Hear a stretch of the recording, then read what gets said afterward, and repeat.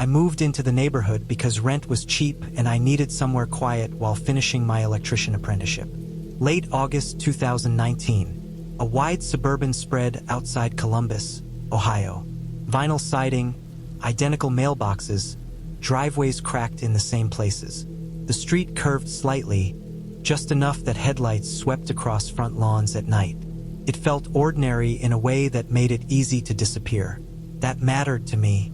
I worked nights, studied during the day, slept in short blocks. I needed calm and predictability. Garbage day was Tuesday. That was the first thing I memorized. I parked along the curb because my driveway was narrow and my van barely fit. If I parked wrong, I blocked cans. If I blocked cans, neighbors complained. I learned the rhythm fast. Cans out Monday night. Trucks around 9 Tuesday morning. Empty cans back by noon. Halfway down the street sat a ranch-style house with pale siding and brown shutters. The lawn was always cut, not trimmed by hand, but done evenly like a service. The edges were clean. No weeds pushing through the cracks in the driveway. No toys, no patio furniture, no decorations for holidays. The mailbox had no dents, no stickers. It looked maintained without being lived in. I noticed the absence before I noticed anything else. No trash. Ever. No cans. No bags stacked near the curb. No recycling bin tucked behind a mailbox. Week after week, nothing appeared. I assumed the house was empty. Then summer turned to fall and the lawn kept getting cut. The leaves never piled up. Someone came by with a blower and cleared them the same day they fell. Delivery trucks stopped everywhere else. Brown vans, white vans, grocery trucks. They slowed at each address. Engines idling, doors sliding open. They never stopped at that house. I worked nights and slept late. I saw patterns most people missed.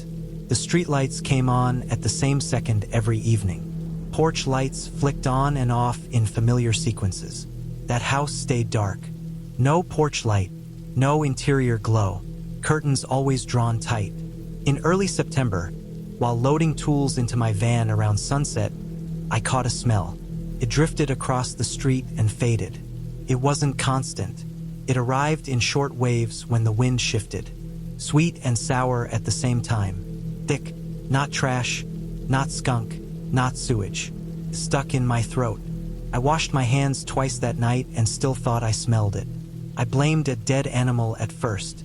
The area backed up to a narrow green strip with drainage ponds. Raccoons got hit on the nearby road. Smells happened. But this kept returning. Late afternoon, early evening, only when the air moved just right. It always came from that direction. By October, the days shortened. The house stayed sealed. Rain streaked the windows, but no light ever showed through. One evening after a 12-hour shift, I walked instead of driving. I needed air. I passed the house for the first time on foot. Up close, the windows looked wrong. They weren't dark. They were painted. White paint, thick, uneven, brushed on from the inside. Drips hardened along the lower edges. The glass reflected streetlights, but the paint dulled it. The smell was stronger at the sidewalk. It rolled out in warm pulses. I sped up without realizing it. My chest felt tight. I told myself it was stress, exhaustion, nothing more. Winter came early that year. First frost mid-October. The lawn stayed trimmed. Snow fell in November. The driveway stayed clear. A thin layer of salt appeared after storms, spread evenly. Still no trash. I started paying closer attention. Not because I wanted trouble, but because the details didn't line up. No trash meant no food waste, no packaging, no mail. Yet the exterior stayed maintained. Someone was involved. Someone cared enough to keep appearances. In December, the smell changed. Sharper. Heavier. It lingered longer. It clung to my clothes when I passed. I stopped walking that way. January brought deep cold. The street quieted. Cars stayed parked longer. People kept to themselves. One evening around 6:40 p.m., I stepped outside to move my van for plowing.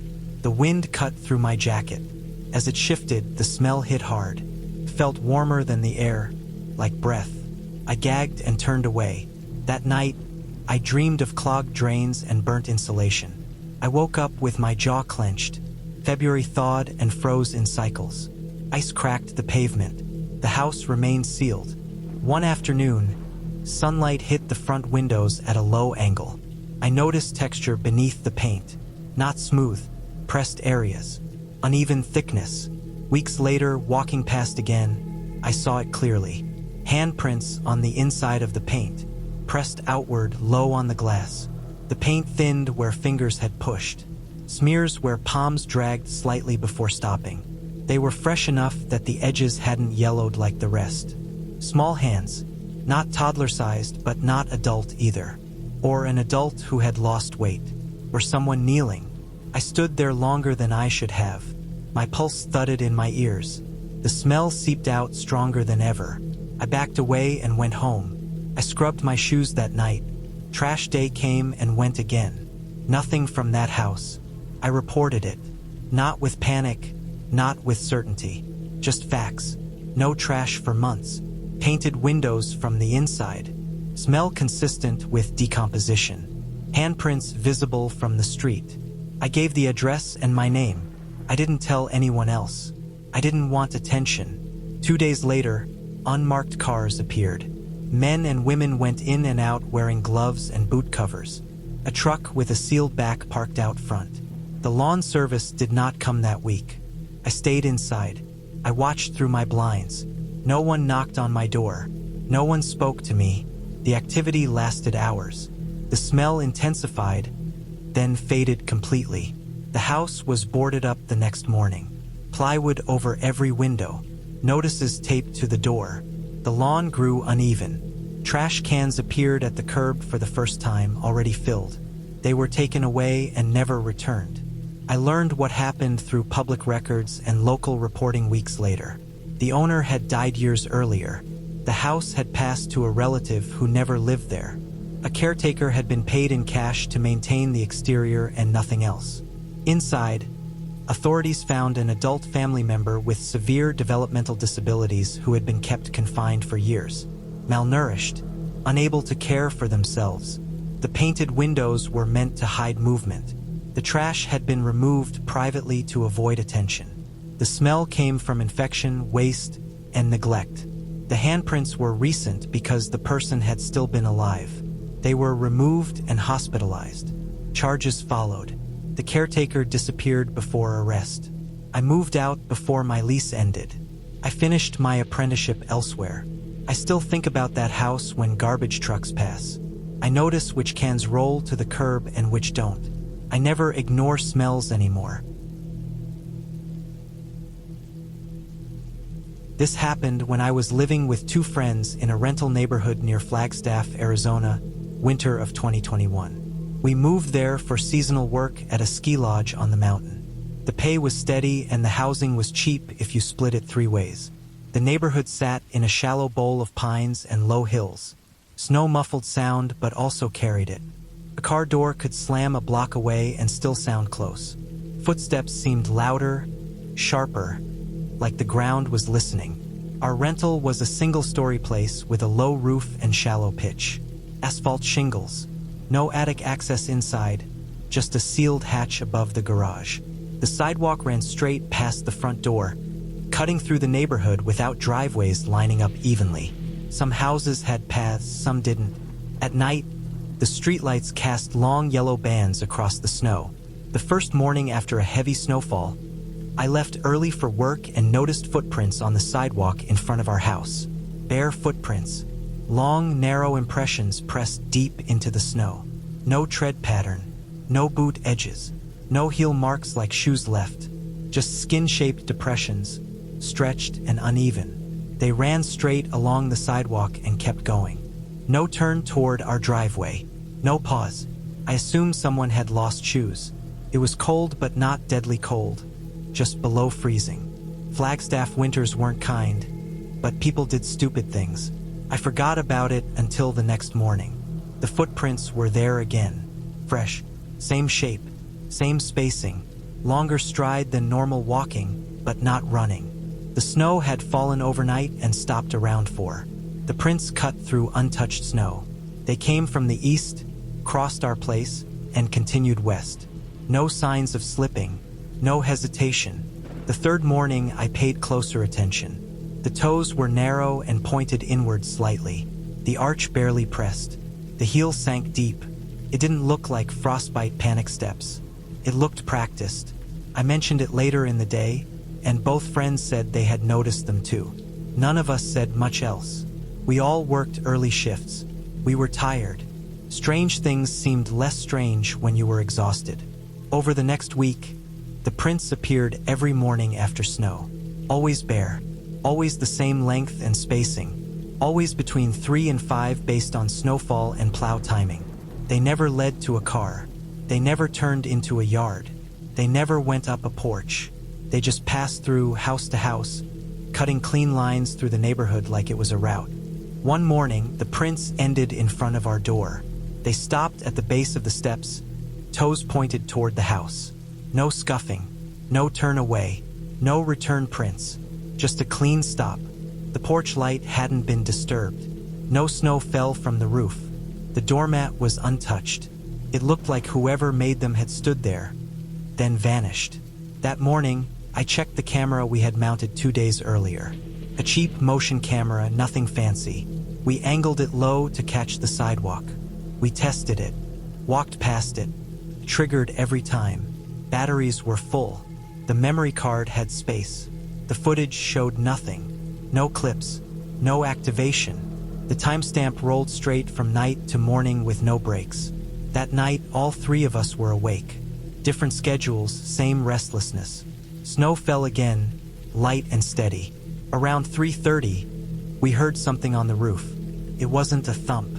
It wasn't sliding snow. It was pacing.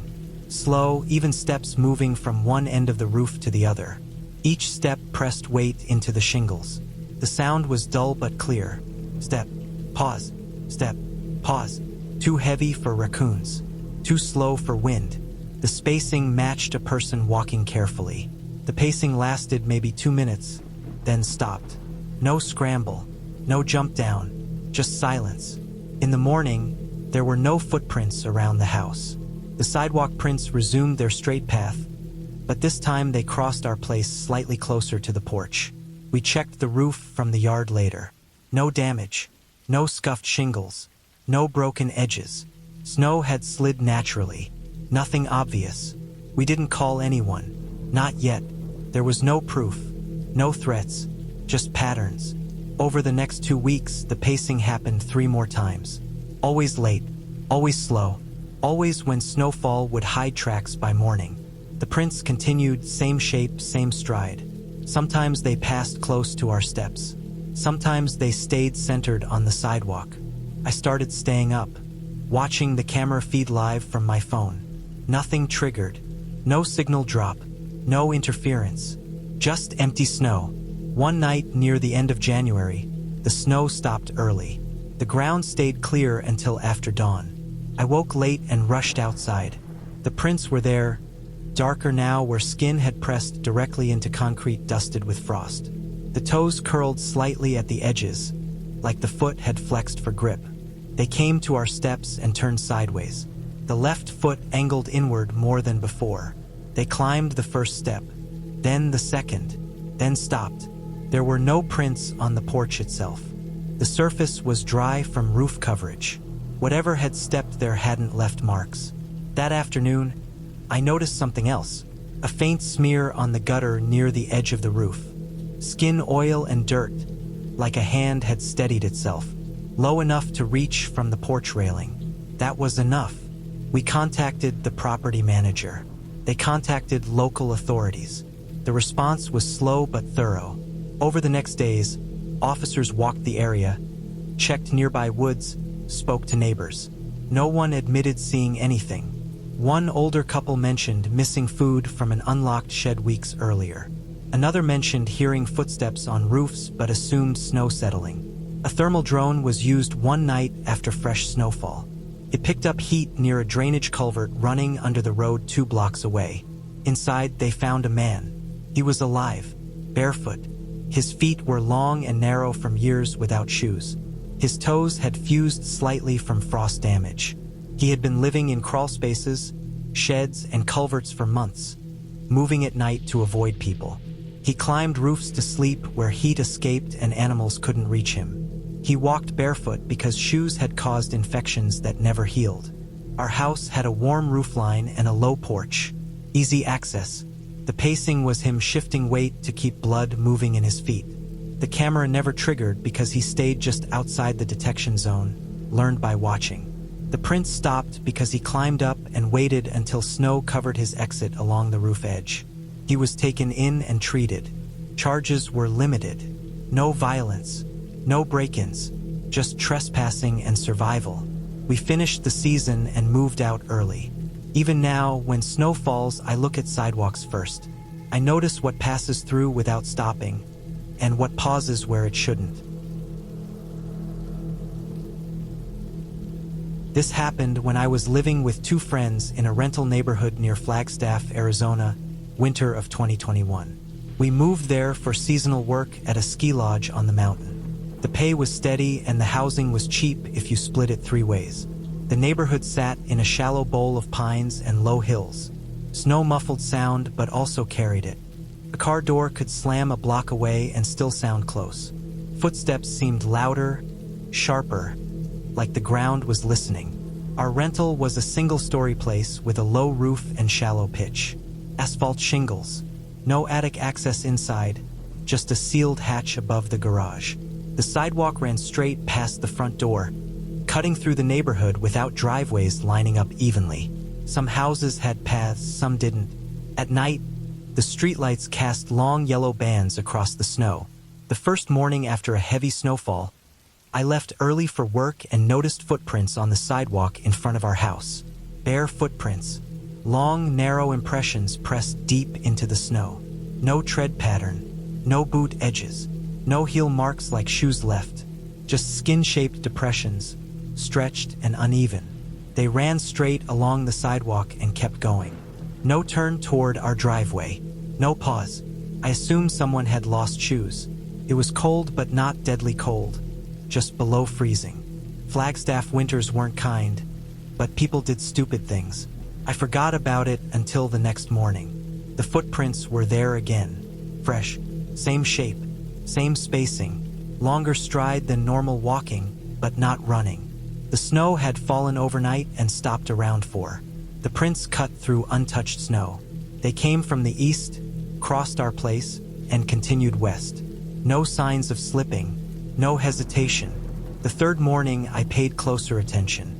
The toes were narrow and pointed inward slightly. The arch barely pressed. The heel sank deep. It didn't look like frostbite panic steps. It looked practiced. I mentioned it later in the day, and both friends said they had noticed them too. None of us said much else. We all worked early shifts. We were tired. Strange things seemed less strange when you were exhausted. Over the next week, the prints appeared every morning after snow. Always bare. Always the same length and spacing. Always between 3 and 5 based on snowfall and plow timing. They never led to a car. They never turned into a yard. They never went up a porch. They just passed through house to house, cutting clean lines through the neighborhood like it was a route. One morning, the prints ended in front of our door. They stopped at the base of the steps, toes pointed toward the house. No scuffing, no turn away, no return prints, just a clean stop. The porch light hadn't been disturbed. No snow fell from the roof. The doormat was untouched. It looked like whoever made them had stood there, then vanished. That morning, I checked the camera we had mounted 2 days earlier. A cheap motion camera, nothing fancy. We angled it low to catch the sidewalk. We tested it, walked past it, triggered every time. Batteries were full. The memory card had space. The footage showed nothing. No clips. No activation. The timestamp rolled straight from night to morning with no breaks. That night, all 3 of us were awake. Different schedules, same restlessness. Snow fell again, light and steady. Around 3:30, we heard something on the roof.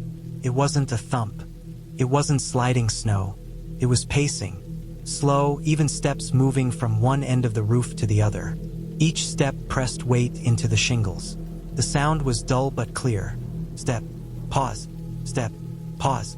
Too heavy for raccoons. Too slow for wind. The spacing matched a person walking carefully. The pacing lasted maybe 2 minutes, then stopped. No scramble, no jump down, just silence. In the morning, there were no footprints around the house. The sidewalk prints resumed their straight path, but this time they crossed our place slightly closer to the porch. We checked the roof from the yard later. No damage, no scuffed shingles, no broken edges. Snow had slid naturally, nothing obvious. We didn't call anyone, not yet. There was no proof, no threats, just patterns. Over the next 2 weeks, the pacing happened 3 more times. Always late, always slow, always when snowfall would hide tracks by morning. The prints continued, same shape, same stride. Sometimes they passed close to our steps. Sometimes they stayed centered on the sidewalk. I started staying up, watching the camera feed live from my phone. Nothing triggered. No signal drop. No interference. Just empty snow. One night near the end of January, the snow stopped early. The ground stayed clear until after dawn. I woke late and rushed outside. The prints were there, darker now where skin had pressed directly into concrete dusted with frost. The toes curled slightly at the edges, like the foot had flexed for grip. They came to our steps and turned sideways. The left foot angled inward more than before. They climbed the first step, then the second, then stopped. There were no prints on the porch itself. The surface was dry from roof coverage. Whatever had stepped there hadn't left marks. That afternoon, I noticed something else. A faint smear on the gutter near the edge of the roof. Skin oil and dirt, like a hand had steadied itself, low enough to reach from the porch railing. That was enough. We contacted the property manager. They contacted local authorities. The response was slow but thorough. Over the next days, officers walked the area, checked nearby woods, spoke to neighbors. No one admitted seeing anything. One older couple mentioned missing food from an unlocked shed weeks earlier. Another mentioned hearing footsteps on roofs but assumed snow settling. A thermal drone was used one night after fresh snowfall. It picked up heat near a drainage culvert running under the road 2 blocks away. Inside, they found a man. He was alive, barefoot. His feet were long and narrow from years without shoes. His toes had fused slightly from frost damage. He had been living in crawl spaces, sheds, and culverts for months, moving at night to avoid people. He climbed roofs to sleep where heat escaped and animals couldn't reach him. He walked barefoot because shoes had caused infections that never healed. Our house had a warm roofline and a low porch. Easy access. The pacing was him shifting weight to keep blood moving in his feet. The camera never triggered because he stayed just outside the detection zone, learned by watching. The prints stopped because he climbed up and waited until snow covered his exit along the roof edge. He was taken in and treated. Charges were limited. No violence. No break-ins. Just trespassing and survival. We finished the season and moved out early. Even now, when snow falls, I look at sidewalks first. I notice what passes through without stopping, and what pauses where it shouldn't. I bought my first house in 2014 in a quiet neighborhood outside Boise, Idaho. It was a small single-story place with beige siding and a shallow roof. Nothing special, but it was mine. I had saved for years, skipped vacations, lived cheaply. What sold me was the backyard. It was larger than most in the area, fully fenced, with a narrow strip of grass running along the back and enough space for a garden. A shed, maybe a dog someday. The fence was old but solid, weathered cedar panels set in packed dirt, running straight down both sides. The neighborhood was calm. Retired couples, young families, people who waved but didn't linger. My neighbor on the right was an elderly woman who lived alone. Her house mirrored mine, but her yard was empty. No furniture, no plants, no signs of use.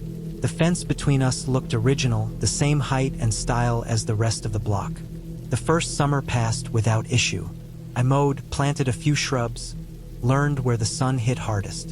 In early fall, while edging the grass near the fence, I noticed the line felt closer than I remembered. It was subtle, a few inches at most. I blamed my memory. New homeowners imagine things. By winter, the fence still looked straight, but the space felt tighter. Snow made it easier to notice. The drift patterns near the fence seemed different. I told myself the ground had shifted. Wood warps, posts lean, Idaho soil freezes and thaws. It wasn't alarming. In spring, I started measuring. Not out of fear, but curiosity. I ran a tape from the back corner of the house to the fence. I wrote the number down. A month later, I measured again. It was shorter. Not much, but enough that I couldn't ignore it. Over the next 6 months, I lost nearly 3 feet of yard. The fence didn't look crooked. It didn't sag. It stayed straight and even, like it had always been there. The grass grew right up to it. No gaps, no broken boards, just less space. I checked old listing photos. The yard had been wider. I checked the survey from closing. The property line matched my memory, not what I was seeing now. I started walking the fence line every weekend. The posts on my side were buried deep, packed tight. No signs of disturbance. The boards were weathered evenly, not recently moved. It felt like the fence had grown roots and walked. I finally went to the neighbor's house. She answered the door slowly. Her hair was thin and white, her clothes clean but loose. When I gestured toward the fence and explained what I'd noticed, she looked genuinely confused. She told me her fence hadn't moved in decades. She said she hadn't been in her backyard in years. Her tone wasn't defensive. It was distant, like she was recalling a fact from a book she'd read long ago. I left feeling foolish and unsettled at the same time. That night, around 11:50 p.m., I heard digging. It wasn't loud. It didn't scrape or clang. It was steady, rhythmic, metal against packed earth. Pause. Another push. Came from the fence line. I shut off the television and stood still. The sound continued. Slow, controlled movements. Whoever was doing it knew what they were doing. No rush. No wasted motion. I didn't go outside. I didn't turn on lights. I stood in the dark and listened until the sound stopped. In the morning, the fence was back in its original place, perfectly aligned. The distance from the house matched my survey. The grass along the edge was disturbed, but carefully pressed back down. Fresh soil was packed beneath the boards, darker than the surrounding dirt, tamped firm. I felt relief first, then confusion, then dread. While walking the line, I noticed small mounds on my side of the fence, shallow, uneven. I knelt and brushed soil aside with my hands. The first thing I uncovered was a rusted metal ring, then leather, old, cracked. I pulled it free. A dog collar. I kept digging. Another collar surfaced, then another, different sizes, different colors faded by time. At least 7 of them. Some still had fragments of tags attached, too worn to read. They were buried shallow, like someone had hidden them in a hurry, then forgotten, then remembered again much later. I stopped digging and washed my hands until my skin burned. I contacted the county. A surveyor came out. He confirmed the fence was now in the correct location. There were no recent permits for fence work on either property. Soil samples showed recent disturbance but no violations. Without proof of trespass, nothing moved forward. Animal control was notified about the collars. They checked records. Some match dogs reported missing years earlier in nearby neighborhoods. Not all. The dates spanned decades. A few weeks later, the elderly neighbor was taken to assisted living after a fall. Her house was sold to her nephew. During renovations, contractors found a narrow trench running parallel to the fence line on her side, reinforced in places with scrap wood. It ran the entire length of the yard. More collars were found buried deeper on her property. Tools were found in a locked shed she never used during the day. Shovels worn smooth from repeated use. Measuring stakes with faded markings. Records showed her husband had worked as a property surveyor before he died. He had been obsessed with boundaries, easements, lines. After his death, complaints had been filed about fences shifting in the area, always involving their property, always minor enough to be dismissed. Investigators concluded that over the years, the fence had been moved incrementally inward, inch by inch, reclaiming land they believed was theirs. The digging at night was to avoid notice. The resetting happened when attention grew. The dog collars belonged to pets that wandered into the shifting boundary and were killed by traps meant to deter trespass. Buried shallow to be moved again when the fence moved back. The night I heard digging was the night the fence was returned to avoid a formal dispute. I replaced the entire fence after that. New posts set in concrete. Cameras installed. The yard hasn't changed since. I still walk the line sometimes, measuring tape in hand, checking corners. I no longer assume land stays where it's put just because it should. My name is Daniel K. And this happened in April 2016 in a dense residential part of South Philadelphia. I had just moved back in with my parents after a breakup that left me restless and embarrassed. I slept poorly. I smoked too much. I spent nights on the front steps because it was the only place that felt quiet without feeling lonely. Our block was narrow and packed tight. Row houses pressed shoulder to shoulder. Cars lined both sides, mirrors folded in. Mailboxes were mounted to brick walls or attached to iron railings, most of them dented and scratched from years of use. Sound carried down the street in a strange way. Footsteps echoed. Cough could travel half a block. I usually went outside around 1 in the morning. The city felt different then. Delivery trucks were gone. Bars were closing. The street lights hummed. On one of those nights, around 1:20, I noticed a man walking slowly down the block. He wasn't drunk. He wasn't rushed. He wore a dark jacket that hit mid-thigh and a knit cap pulled low. His hands were bare. He stopped at each house, leaned forward, opened the mailbox, looked inside, and closed it. He didn't remove anything. He didn't linger. He didn't check pockets or glance around. He moved with a steady pace, like this was part of a routine. I watched him pass 3 houses before it registered as strange. People stealing mail move fast. They grab and go. This man treated every box the same way, careful and quiet. When he reached my parents' place, he opened the mailbox, looked in, closed it, and kept walking. He never looked at me. I sat in full view on the steps, cigarette glowing. He acted like I wasn't there. I assumed it was a one-time thing. South Philly had plenty of odd nighttime activity. I finished smoking and went inside. The next night, he came again. Same time, same jacket, same pace, same action. He walked the block, opening each mailbox, looking inside, closing it, and moving on. Again, he ignored me completely. This continued, night after night, always between 1 and 1:30, always calm, always methodical. He never skipped a house. He never took mail. He never changed his clothes. He never acknowledged anyone. By the second week, I was waiting for him. Not in a deliberate way, but my body expected it. I found myself checking the time. When he appeared, I felt a tightness in my chest that had nothing to do with nicotine. I started paying attention to details. His shoes were clean, not polished but not worn down either. His jacket zipper was broken halfway, so the front hung uneven. His walk was balanced, almost practiced. He didn't limp. He didn't drag his feet. His head stayed level. Neighbors started mentioning missing mail during the day. Packages marked delivered that never arrived. Bills that never showed up. But no one connected it to the man because, as far as anyone knew, nothing was being taken from the boxes at night. One night near the end of April, I decided to follow him. I stayed back, keeping distance, using parked cars as cover. I felt stupid doing it, but curiosity pushed harder than fear. He reached the end of the block, where the street dead-ended into a T intersection. There was no alley, no open yard, just parked cars and brick walls.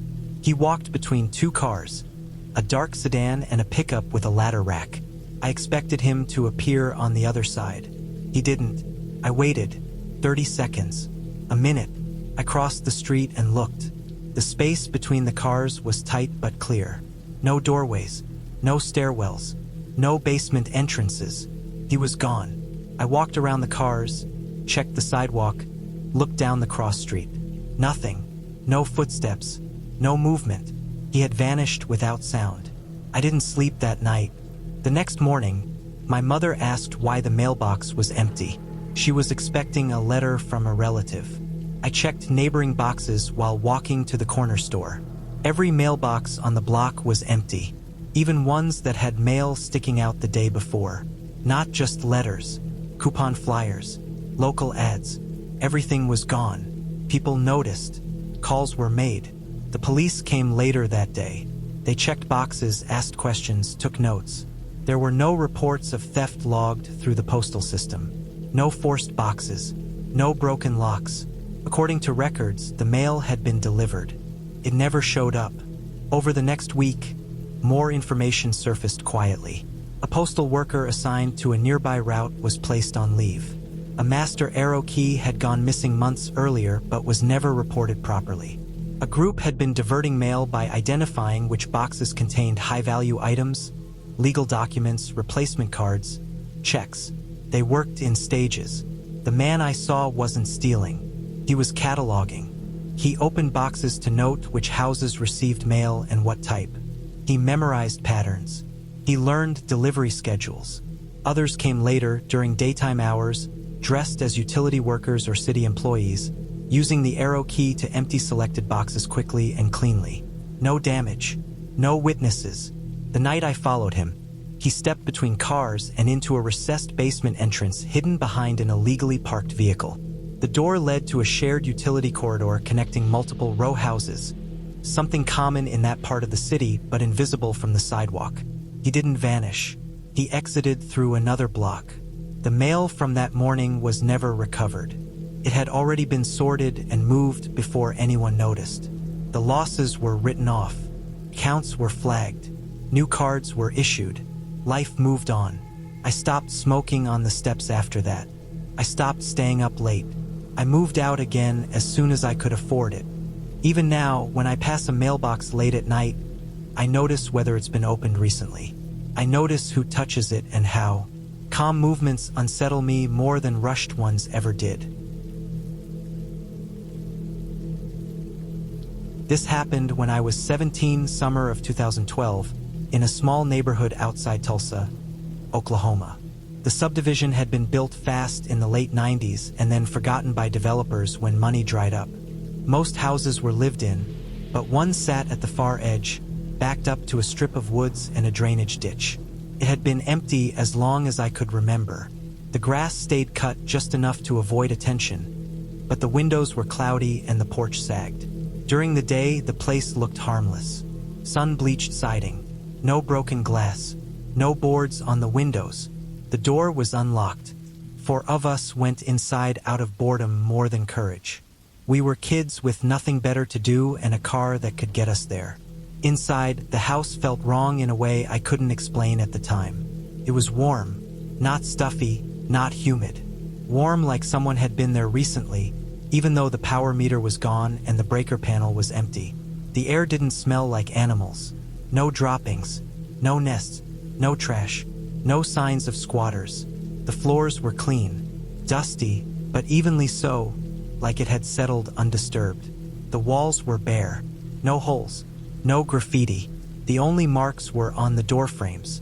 Scratches high up, running vertical. They weren't deep gouges, but repeated lines, worn into the wood. Too high for kids. Too consistent for accidents. They looked like someone had dragged something metal along the frame over and over. We checked every room. Empty closets. Empty cabinets.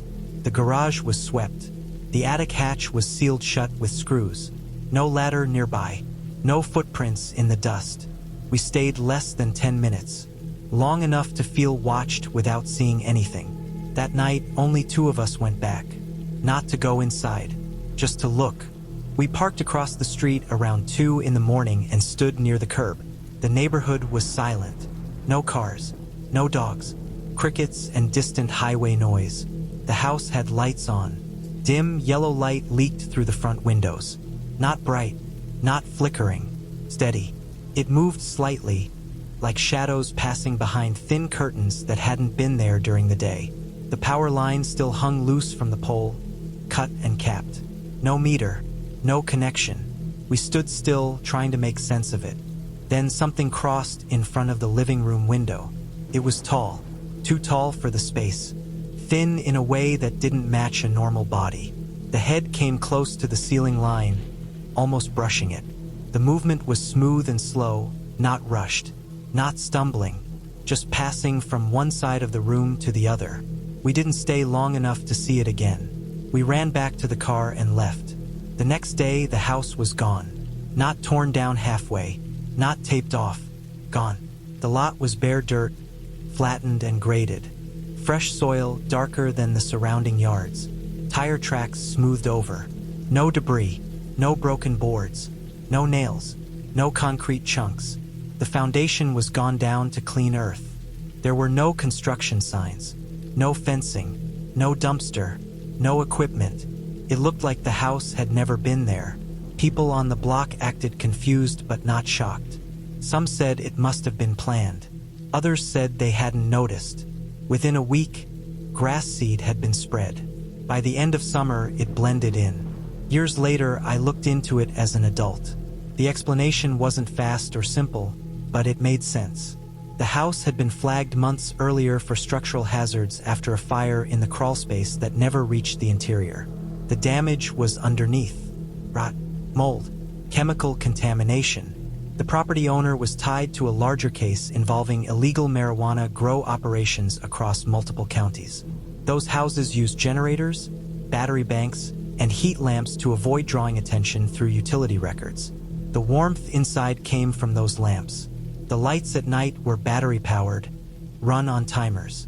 The power line had been cut on purpose. The scratches on the door frames matched marks left by aluminum ladder rails and equipment being dragged in and out through tight spaces. Repeated use wore the wood down in the same spots. The tall figure was a man on stilts used to reach overhead ducting and venting without ladders in tight rooms. That detail came from a report tied to another property, not this one, but the setup matched. The reason the demolition happened overnight was liability. Once inspectors confirmed contamination, the city issued an emergency order. The owner didn't contest it. A contracted crew came in under cover of night to avoid attention and vandalism. Pre-approved permits were filed under a different parcel number tied to the larger investigation, which made the records hard to trace later without access to the full case file. The clean lot was intentional. No trace meant no curious neighbors digging through debris, no souvenirs, no photos.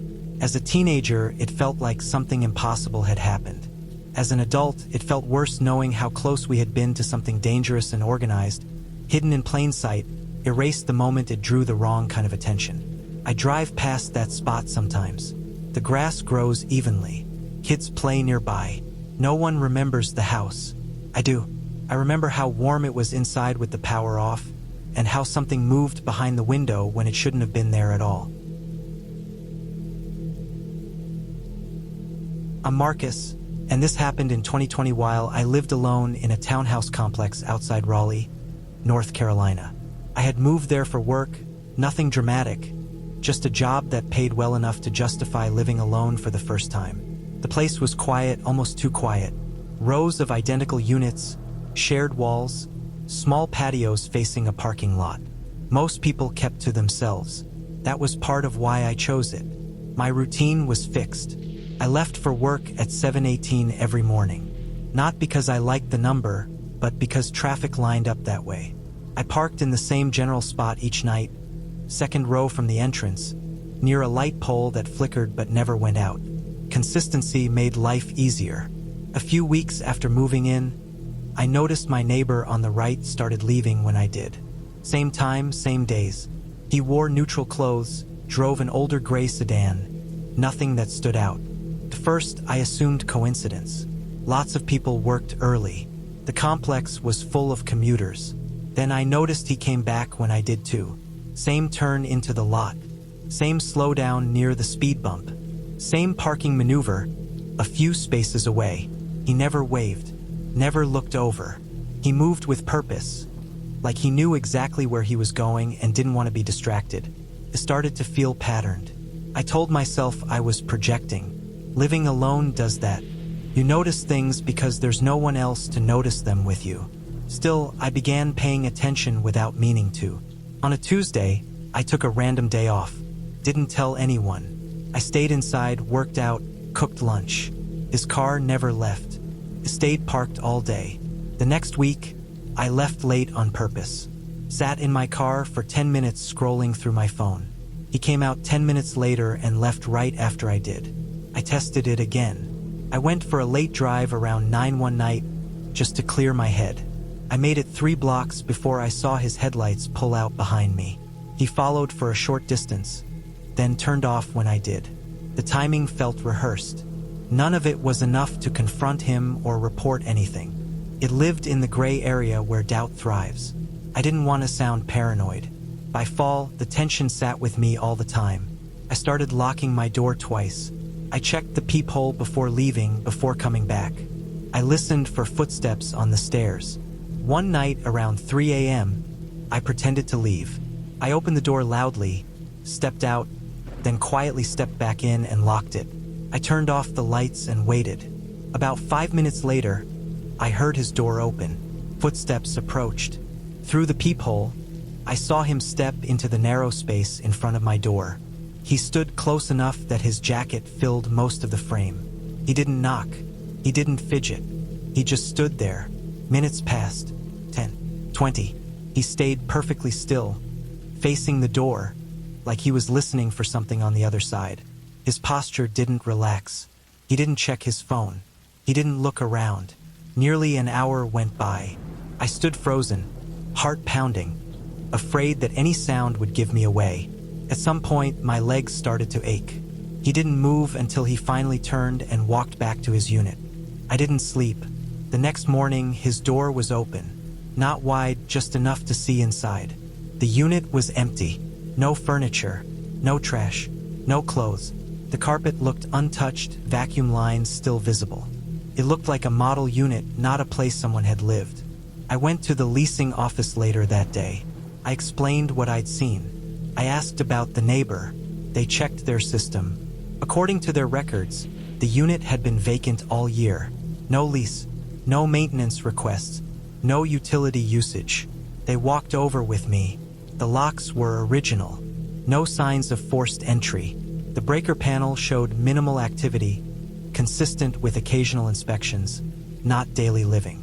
The water heater was cold. I felt stupid standing there, trying to reconcile what I knew I had experienced with what the paperwork said. I didn't let it go. Over the next few weeks, I pushed for answers. I requested maintenance logs. I asked about short-term rentals. I asked about showings. Eventually, a regional manager got involved. What came out was unsettling but grounded. During 2020, the complex had struggled with staffing shortages and high turnover. Several units sat vacant longer than planned. One unit, the one next to mine, had been used unofficially by a contract security worker hired during a spike in break-ins nearby. He was not supposed to live there. He was supposed to use it as a temporary base during overnight patrols, coming and going at irregular hours to avoid patterns. Instead, he started using it regularly. Too regularly. He synced his movements with mine, not out of coincidence, but because he had been assigned to monitor me. Months earlier, a package addressed to me had been misdelivered and reported stolen. The report had been flagged incorrectly as suspicious activity tied to potential fraud. My name ended up on a watch list used by a private security contractor hired by the complex to reduce theft complaints. The man next door was tracking my schedule to determine if I was involved in package theft on the property. He followed me to see where I went. He waited outside my door to confirm whether I had left or was home. He never knocked because he wasn't supposed to interact. He was there to observe.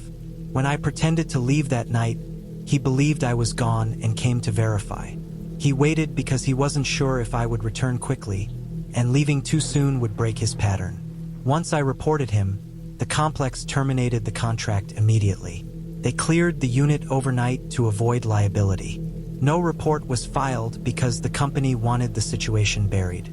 The leasing office staff I spoke to initially had no idea because the arrangement had been handled off the books by management trying to cut costs. I moved out 3 months later. What unsettles me now isn't that someone watched me.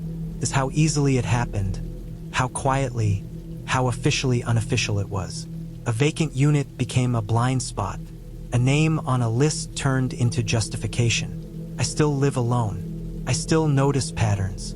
But now I also know how dangerous it is when someone decides to learn your routine and calls it work.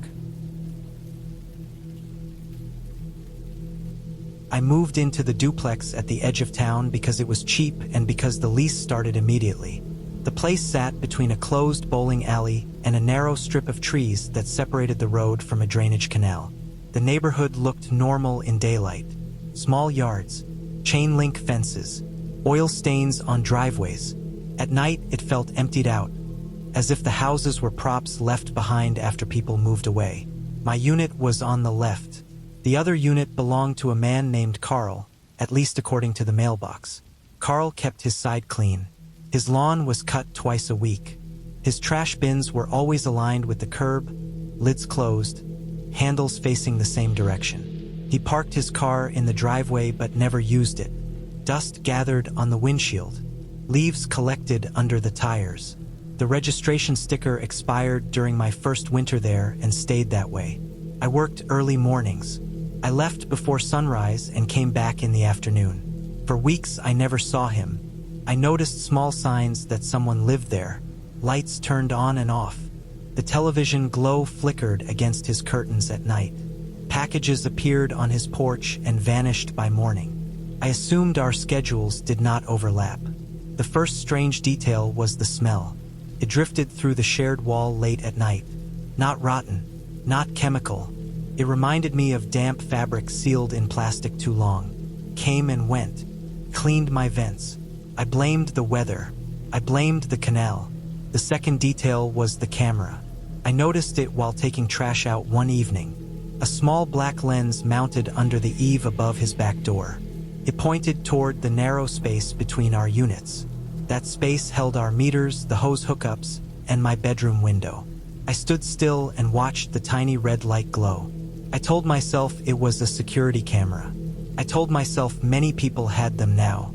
After that, I began noticing patterns. Carl left his house at the same time every night. I never saw him leave. I only saw his lights go dark. At exactly 11:40 p.m., the glow behind his curtains disappeared. At exactly 4:55 a.m., it returned. This did not change on weekends. This did not change during storms. I began waking before my alarm. My body learned the quiet before dawn. The street lights hummed. The canal water moved slow.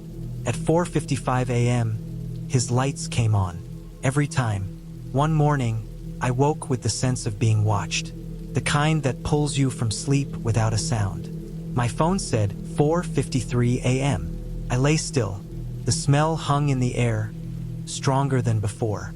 I turned my head toward the wall we shared. The drywall felt thin. I imagined shapes moving behind it. At 4:55, the light flicked on. Relief followed. The pattern held. I started paying closer attention. I noted his trash.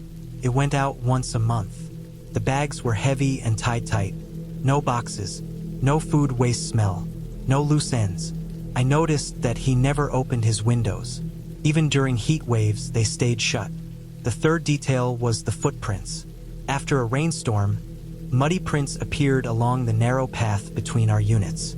They started at the back fence and ended at his door. They never returned the same way. The size matched a man's shoe. The tread pattern stayed consistent. I followed them once, stopping before his door. The prints faced inward, toes pointed straight, as if he had walked carefully to avoid scuffing. I reported nothing. I told myself this was none of my business. I focused on work. I slept with a fan to block the smell. Then I found the note. It sat inside my mailbox, folded once, no envelope. Plain white paper, no writing, just a single pressed fingerprint in dark ink at the center. It looked deliberate, clean edges, no smudge. I held it between my fingers and felt my pulse slow. I threw it away. I checked my mailbox every day after that. The camera angle changed. One afternoon, I noticed it now pointed directly at my bedroom window. The red light stayed on. I stood in my room and closed the blinds. I felt exposed even after. I contacted the landlord about the camera. He replied with a short message stating that tenants were allowed security devices as long as they did not record audio. He added that Carl had lived there for 7 years without complaint. That night, I dreamed of standing in the narrow space between the units. The walls pressed inward. I woke before dawn. The smell filled my lungs. I checked the time. 4:50 a.m. I waited. The light did not turn on. At 5:10, nothing changed. At 5:30, I stood and dressed. I stepped outside. Carl's side remained dark. The car sat unmoved. The house felt empty in a way it never had before. I went to work late. When I returned, a police cruiser sat in front of the duplex. 2 officers stood near Carl's door. The landlord was there, hands shaking. I stayed back and watched. They carried out sealed plastic bins. They carried out rolled carpet. They carried out bags that sagged under weight. The smell explained itself then. Not decay, preservation, cold storage, plastic. The landlord avoided my eyes. The officers left without speaking to me. That night, I slept with the lights on. Over the next week, more cars came. Inspectors, unmarked vehicles. The camera was removed. The house stayed dark. I learned details through paperwork taped to the door. Carl had been arrested during a traffic stop in another county. The car he never drove held evidence. The house confirmed it. He had been collecting data, schedules, routines, photos. He targeted neighbors, single occupants, predictable patterns.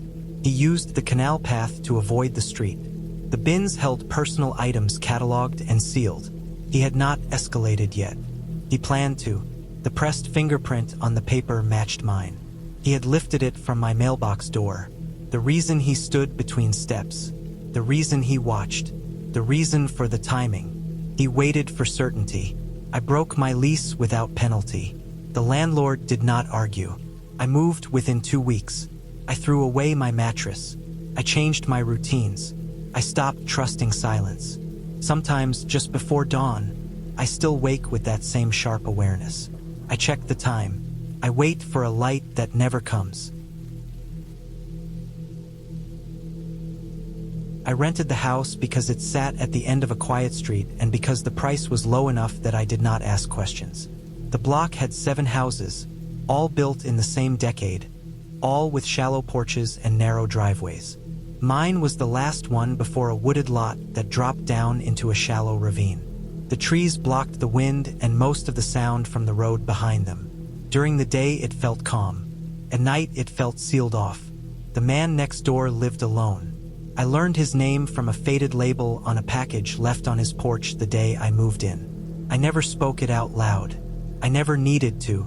He was always there in a quiet way, present without being seen.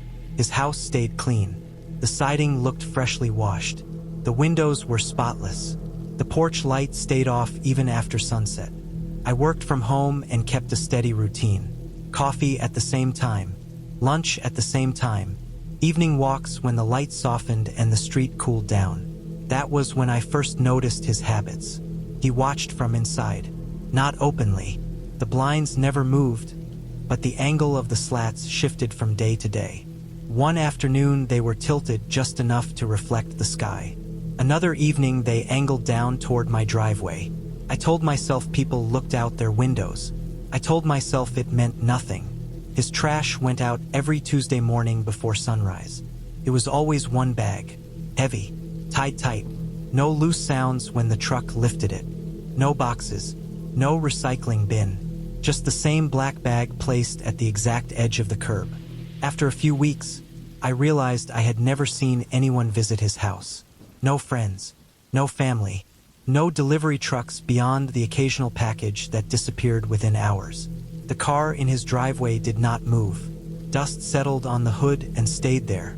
One evening I returned from the grocery store and found my side gate open. I never left it unlatched. The latch faced inward, stiff from rust. Took effort to open. The grass near the gate was flattened, pressed down in a straight line toward my back door. I stood still and listened. The house stayed quiet. I walked the path again with my eyes. The marks looked deliberate, not scattered, as if someone had placed their feet carefully. I closed the gate and locked the door. I checked the windows. Nothing looked disturbed. That night I slept lightly and woke often. Each time I checked the clock, the hours moved forward in uneven jumps. After that, small things shifted. A porch chair moved a few inches closer to my door. A shoe mat changed angle. Once, the light inside my kitchen turned on even though I knew I had turned it off before bed. I stood in the doorway and tried to recall the moment. The memory did not come. I began paying attention to sounds. Footsteps on gravel behind the fence. A soft thud against the side of the house. Breathing that I told myself came from my own chest. The wooded lot held noise too. Branches snapped. Animals moved. It was easy to assign blame there. The first time I felt sure something was wrong happened during a rainstorm. The water fell hard and steady, washing the street into a reflective sheet. I looked out my front window and saw him standing inside his house, framed by the glass. The blinds were raised fully for once. He stood still, facing outward, not at the street, at my house. The light behind him cast his shape in sharp contrast. His head tilted slightly, as if aligning his view. I stepped back without thinking. I waited. When I looked again, the blinds were down. I stopped my evening walks. I parked in the garage and closed the door behind me before stepping out of the car. I started locking my bedroom door at night. I placed objects in front of it without admitting why. The smell came next. It drifted through the vents during the early hours of the morning. It carried the weight of damp earth mixed with something metallic. Not strong, just enough to notice. I cleaned the vents. I checked the crawl space. I found nothing. One afternoon, a package appeared on my porch. I had not ordered anything. The box was plain, sealed with clear tape. No return address, no label. I carried it inside and set it on the table. The weight felt wrong for its size, too dense. I opened it slowly. Inside were photographs, printed on cheap paper. My house, my yard, my car, closed shots of my windows at night. One photo showed me standing at the sink, taken through the gap in the blinds. The last image showed my bedroom window from the narrow space between the houses. The angle matched the height of a person standing still. I replaced everything in the box and closed it. I placed it back on the porch. By morning, it was gone. I called the property manager and reported suspicious behavior. I listed details, the camera angles, the photos, the gate, the smell. The response came back hours later. They said they would note it. They said the neighbor had lived there for a long time without issue. That night, I did not sleep. I sat on the edge of the bed with the lights on and listened. At some point after midnight, the sound came clearly. A soft scrape against the side of the house, followed by a pause. Then another scrape closer to the window. I held my breath. The sound stopped. In the morning, fresh marks lined the siding below my bedroom window.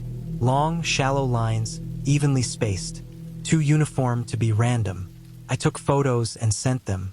No reply came. 2 days later, his car was gone. The driveway sat empty for the first time since I moved in. The house looked unchanged, but the absence felt loud. I watched all day. No movement, no lights. That night, the smell returned, stronger, as if something sealed had been opened. The police arrived before dawn. Several vehicles parked along the street. Officers moved in and out of the house next door carrying containers, bags, sealed boxes. They worked with focus and speed. No one spoke to me. I watched through the window until the sun rose. By afternoon, the street filled with officials.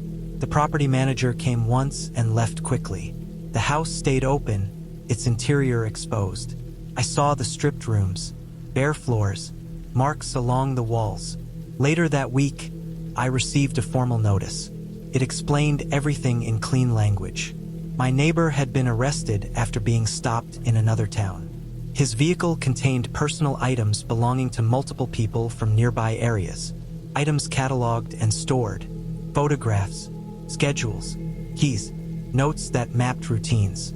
The house search revealed storage beneath the floor, accessed through the crawl space. The smell came from sealed containers buried there. He had focused on proximity. on predictability, on neighbors who lived alone. The case file included a summary of evidence recovered from my address. Photos, measurements, times, the gate latch, the marks on the siding, the printed images left as a test, meant to measure reaction. I moved out within a month. I did not argue the lease. No one asked me to stay. I changed my routines. I chose a place where the houses stood farther apart. Sometimes I still think about how long he watched before acting, how patient he was, how quiet. The street looks normal now. New people live there. The houses still line up the same way. Nothing marks what happened. That feels like the worst part.